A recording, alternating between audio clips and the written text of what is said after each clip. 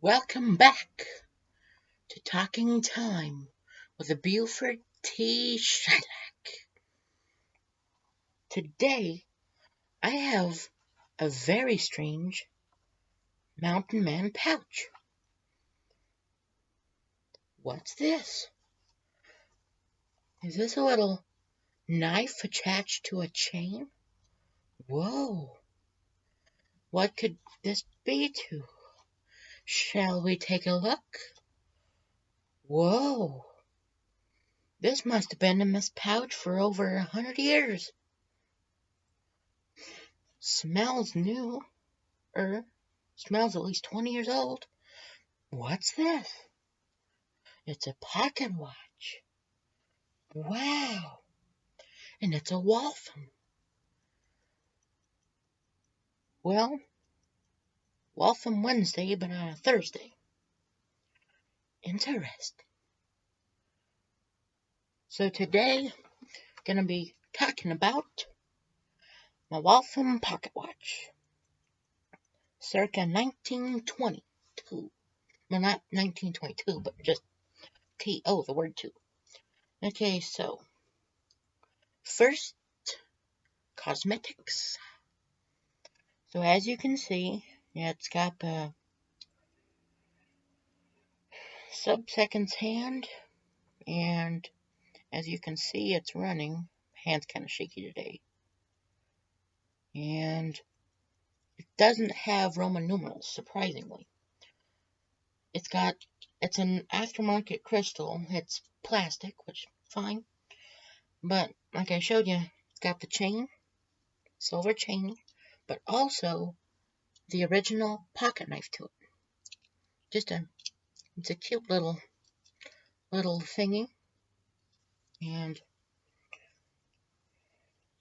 come on, it's all original, functioning as it should. Nonetheless,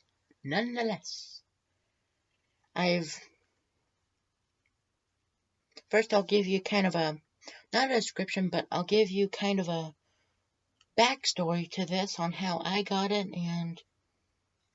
but I'll tell you that in just a minute. Today, or not today, but let me just show you the case back first. Don't know if you can see that. No, you can't. It's been serviced. I've had it serviced. It's been serviced 3 times. The first one was in 1941, and then 1960 or 1958, and then I had it serviced in 2019. So I've had it. It was serviced 2 years ago. Kind of neat. And this is the movement. Neat little antique pocket watch. It was made 1920, like I said. Let me see, how many jewels? 15 jewels. And I don't know if you can see this, but on the winding wheel and some of the other parts, it had pitting. But the guy I had serviced this did a miraculous job fixing it. And in fact, it was running, but it just really needed a good cleaning. And I paid $50 on eBay. Now it is backstory about how I got it, nonetheless.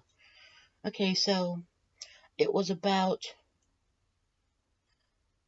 3 years ago. I was scrolling through eBay, and I found this. It was just a photo of the front, not of the back, just the front and the back, not of the movement. So,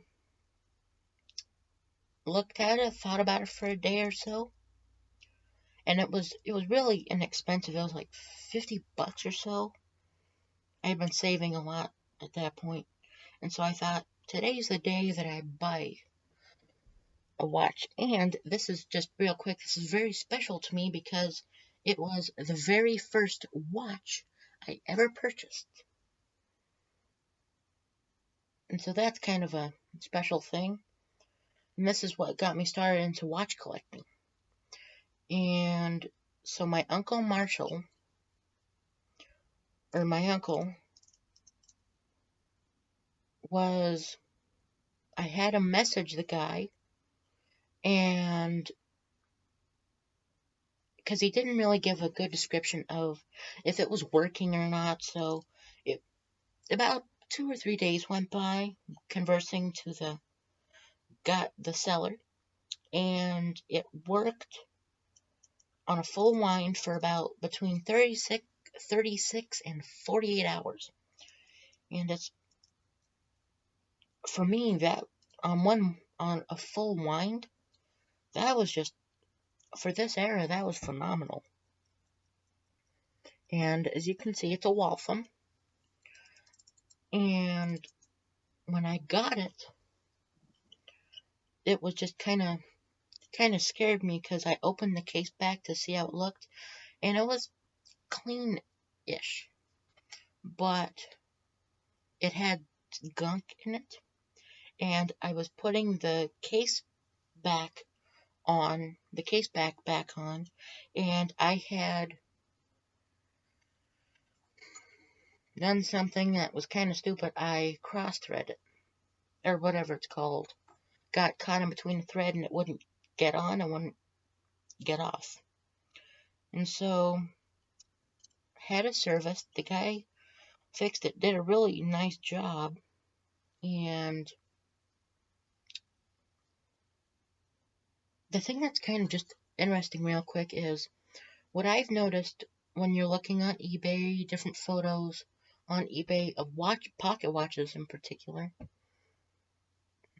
the cases themselves are not original to a watch, because what happened is so many watchmakers back in 1800s, 1900s would have so many movements that they had, and they, be it Waltham or Elgin, doesn't really matter what brand, and they would have so many cases, so they would just, everything's original, the hands, the balance, screws, everything, but they would just take the case from another watch and put this watch in particular into it. Like, for instance, this is an American Waltham Watch American Waltham Watch Company watch. Like I said, made in 1920. Okay? But I looked the serial number up on a website, and that was really helpful. I selected the brand, and it said it was 1920 plus or minus 3 years. Okay, so I looked up the case back. The case back is an Illinois brand. Okay, so I look at the serial number on the case back and then on the watch itself. And those are two completely different serial numbers. And so I looked the case up for the case back. The case itself was made in 1874. And I was wondering, because it was before I really knew much about watches. I'm still learning, but it was before I knew anything about them. And the seller had listed the case back number. And that I looked up and was 1874 to 1876. And so when I got it, I opened the case back and I looked up the number for the movement. And that was a completely different year, like I said, 1920. Honestly, I don't care if the case was made in 1492 and the watch was made in 1940. To me, honestly, I don't care if it's mixed and matched parts. I mean, of course, something would be worth more if it was all original. And don't get me wrong, I like original. I love new old stock stuff. be it watches, coins, uh, books, when they're almost like brand new, but they're very antique. And real quick, the reason why it was $50 was because the seller had marked the price down a bit because of the, I don't know if you can, yeah, the dent right in the center, right there. He marked it down because of the dent. And what I've noticed, just real quick, kind of a sidebar, is people like me, a watch collector, but not like me, don't want to buy watches that are banged up like this because, yes, it might take away from the value, but it's not like it's broken or missing parts. It's just, it's,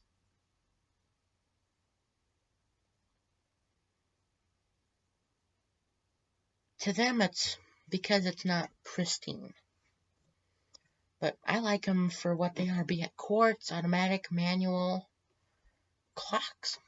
Uh, and like I said, mostly I like antique and vintage stuff. I've worked on quite a few watches in my collection. I've changed many batteries and worked on them, fixed quite a few of them.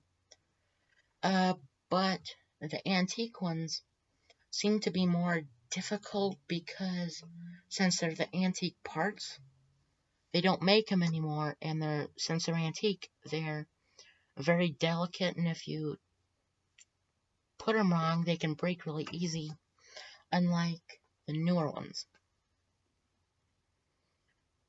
And that's, oh,